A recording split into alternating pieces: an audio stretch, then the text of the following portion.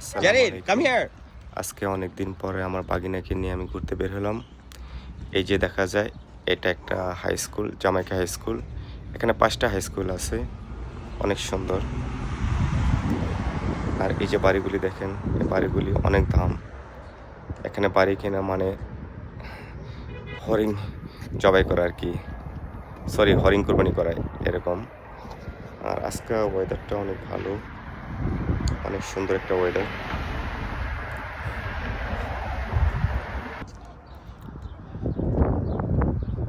এগুলি হলো HD block. আর এখানে রাস্তাগুলো অনেক পরিষ্কার।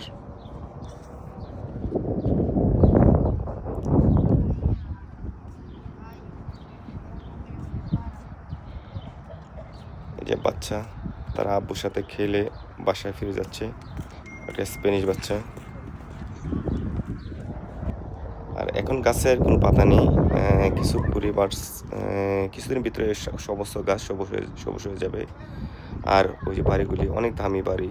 আর সবার বাড়ির সামনেই একটা দামি গাড়ি পার্কিং করে রাখে। টাকা থাকুক আর না থাকুক, একটা দামি গাড়ি থাকতে হবে বাসার সামনে।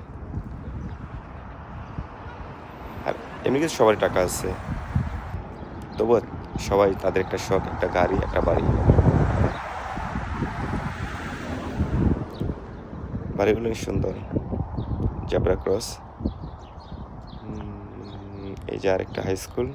এখানে মোটামুটি ৫টা হাই স্কুল।